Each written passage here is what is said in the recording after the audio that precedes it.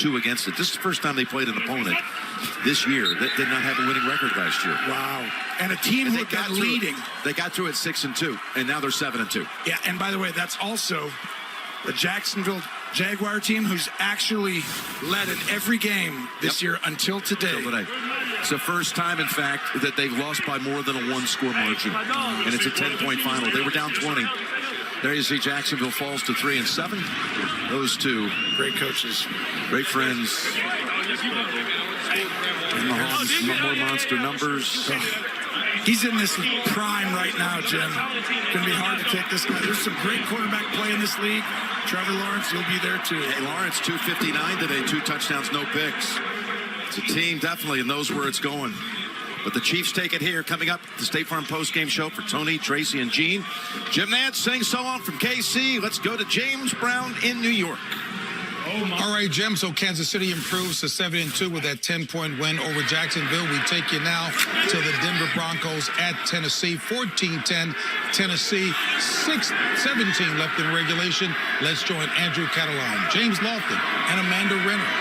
Third down, 3rd and 5 for the Titans. CBS Sports presents the Geico Play of the Day. In Nashville, Broncos quarterback Russell Wilson cooks up a connection with rookie Jalen Virgil. The undrafted wide receiver gets past Titans DB Terrence Mitchell, 66 yards to pay dirt. That's not bad for Jalen Virgil's first ever catch in the NFL. Geico. Save even more when you bundle home and car insurance. This is the State Farm postgame show. And hello again, everyone, and welcome to the State Farm postgame show. Here in Studio 43 with the guys, we've got a full house, and we are looking forward to getting it going here. Coming up next, Sail GP brings the world's fastest race on water to Spain, where the U.S. team fights to defend its trophy win. Tune in to CBS Sports Spectacular Sail GP Spain. That's coming up next right here on... I'm all in, JB. Let's go sail Spain. Let's go. My guys are fired up. There's a lot going on, JB. Let's get you going with all the action. My guys here. All right, that's right. Jaguars, it's Chief. Best player in football. There he is, Patrick Mahomes. What a day. 26 of 35, 331 yards, and 4 touchdown passes, guys. He could do it all. This one right here in the back of the end zone. I mean, it's just ridiculous how easy. It's like a playground to him out there on the field. That's Travis Kelce right there. Puts him up 27-10. Jags tack on a touchdown. 27-17 final. You can see the numbers there for Patrick Mahomes. Not bad by Trevor Lawrence either. He had a pretty decent day. Everybody ought to have a team and teammates like I have here. Well, guess what? Our Tracy Wolfson, a teammate, she caught up after the game with Patrick Mahomes. Well, another good win by you and a tremendous performance. But talk about your receivers. You didn't have Hardman. Juju went out. The guys were able to step up. Kadarius Toney, MVS. Yeah, I mean, we got guys everywhere, and I've said it all season long. You're not going to know where it's going to come from, and obviously that was a scary thing with Juju. I was talking to him in the locker room. I mean, he's looking good, so that was good to see, but we got a good group of guys, and they're stepping up when it counts. That's great to hear about Juju. Kadarius Toney, it seems like he's fitting in just fine here. 90 total yards and a touchdown. What does he bring? Yeah, he's a playmaker, and he has a great attitude. He's a smart kid. He's learned the offense fast, and we're going to keep getting him involved. I mean, it's going to be everywhere. I'm going to keep saying it. It's not going to be one guy. It's going to be the whole receiving room, and it's good that you can kind of spread it around like that. You told us you guys are still learning about this team. Over 480 yards, 150 yards rushing. Is this what you want to see? Yeah, I mean, that's what we want to see. We still made too many mistakes. It was sloppy, man. The interception by me, we had a fumble, some special team stuff. But we're going to keep building, keep getting better. We'll learn from this. We got a big one next week, so we'll be ready for it. Never satisfied. Enjoy the win. Yeah, thank you.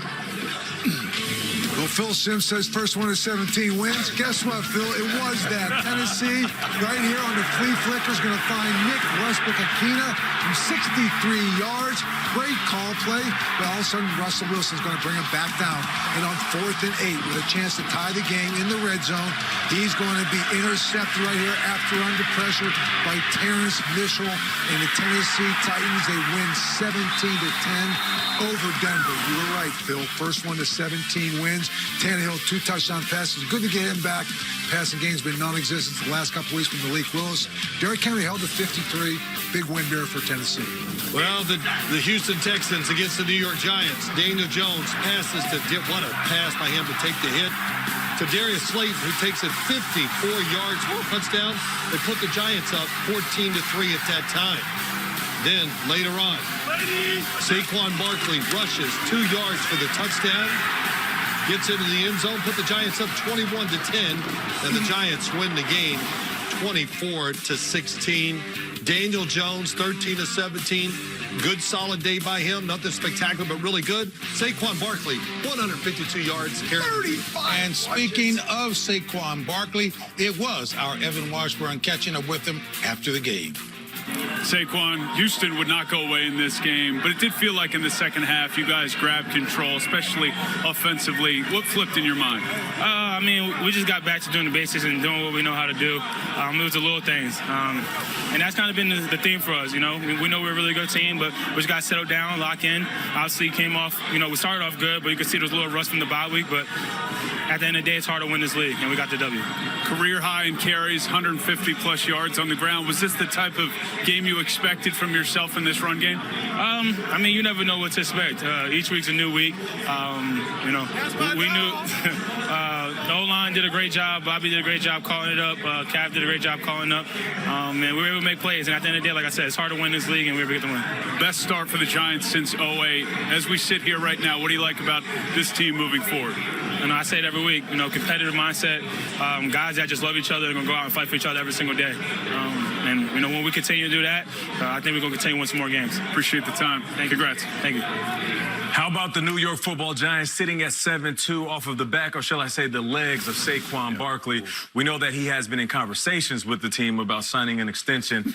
He's riding it all on the season, and right now he's putting exactly what he needs to do on tape to show everybody he's one of the best backs in the league. Yeah, listen, when you watch the New York Giants play, there's a really small margin of error. You got that, Boomer? Yes, I got It's it. really small. Boomer sits in here and complains.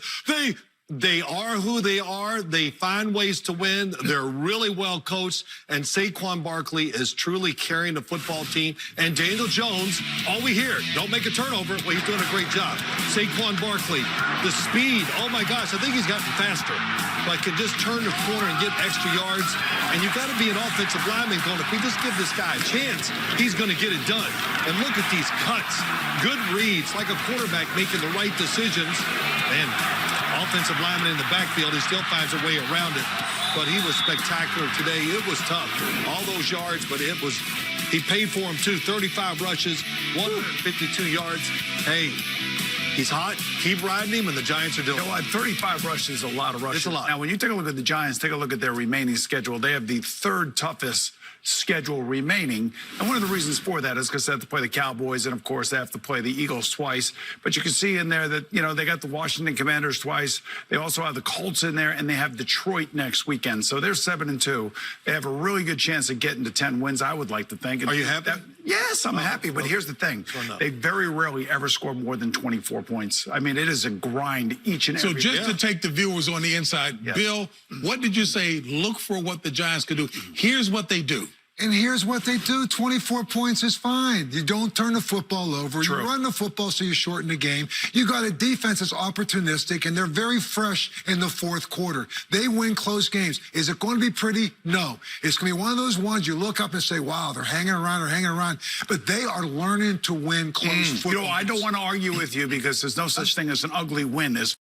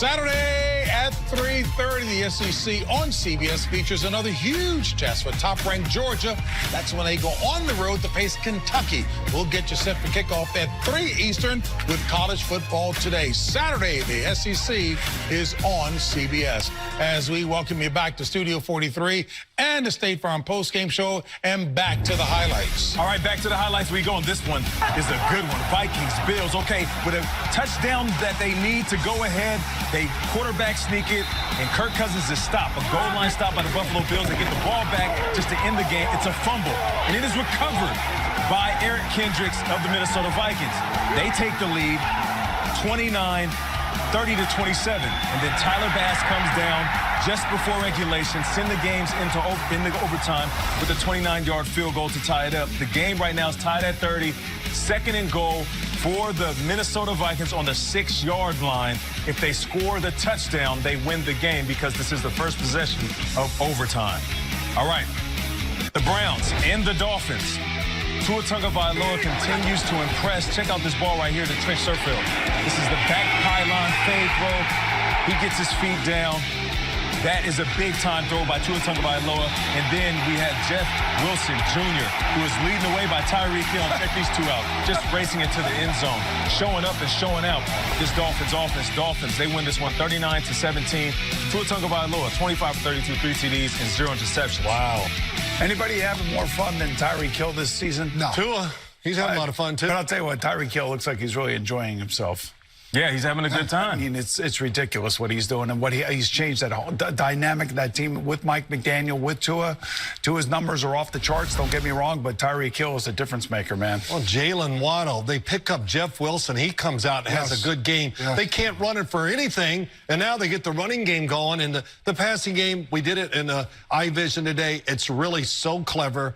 And Tua is awesome at getting rid of the football, being on target. Nate, as you said, throws a very catchable ball, and the Miami Dolphins are hot. They're hot, and it's a different type of offense. It's almost one of those ones it's hard to prepare for because they're so efficient, they're so quick with it. They have the RPO. How do you simulate a guy like Tyreek Hill? How do you simulate a Jalen Waddle? And then with that running game, and then that scheme that they use, it's a very unique individual. So you look at Jeff Wilson. They got Mostert they had before. Then they get Jeff Wilson Jr. from the 49ers.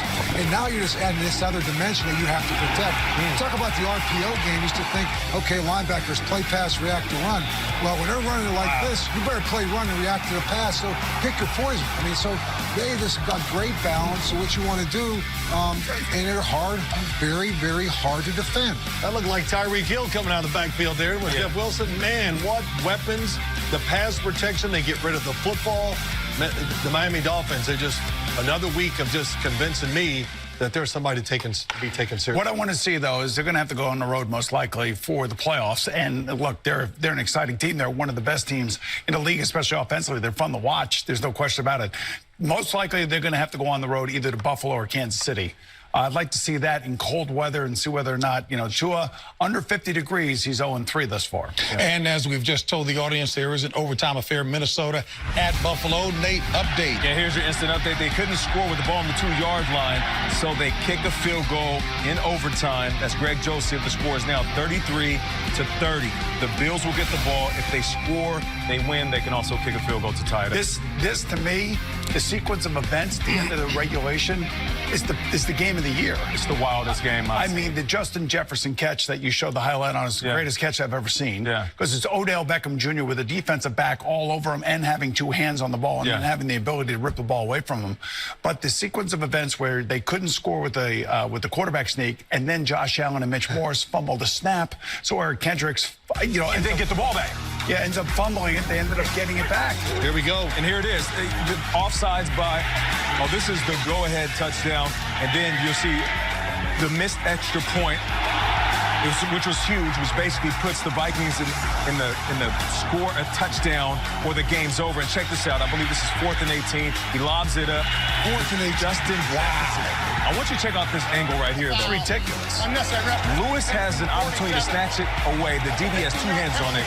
Justin Jefferson doesn't even bring his left hand over until late and pulls it away from the DB. One of the best catches I've seen, period. And here, offsides by the Buffalo Bills, and then Dalvin Cook's wide open. and drops the ball uncharacteristically. So then they go QB sneak, and they try to go up the middle, which the Bills are very stout. We think he gets in, but he puts the ball over the goal line late, and then the Bills get the ball back. All they have to do is just run out the clock, and they fumble it. QB, center exchange, fumbles. It's picked up in the end zone. Watch this again. Ball hits the ground. Josh Allen tries to get low, and Kendricks is in there, lays on top of the ball in the end zone. And now you have 56 seconds to make your way down the field, and then Gabe Davis makes this catch, or is it a catch? They couldn't challenge it. And then the field goal, Tyler Bass, who puts this game into overtime. The Vikings couldn't score. Greg Joseph has to kick a field goal, 33-30. Now with the Bills, and we know that the offense is so explosive, so the Bills will have an opportunity to score a touchdown and end this game. Yeah, here's what would concern me. We talked about this last week. Almost 500 yards by the Minnesota Vikings on offense. Once again, this Bills defense, I know Josh Allen threw an interception and all that, but this Buffalo Bills defense has to worry you. I know Nate said that you were the farm boy with the arm. I'm just watching, and we'll get the fans up to speed on this. Josh Allen is just bullying his way down the field, across onto the other side of the field now in Minnesota territory. 2:28 left in overtime. We'll bring you up to speed with that as the State Farm postgame show continues after this. Welcome to the winner's circle.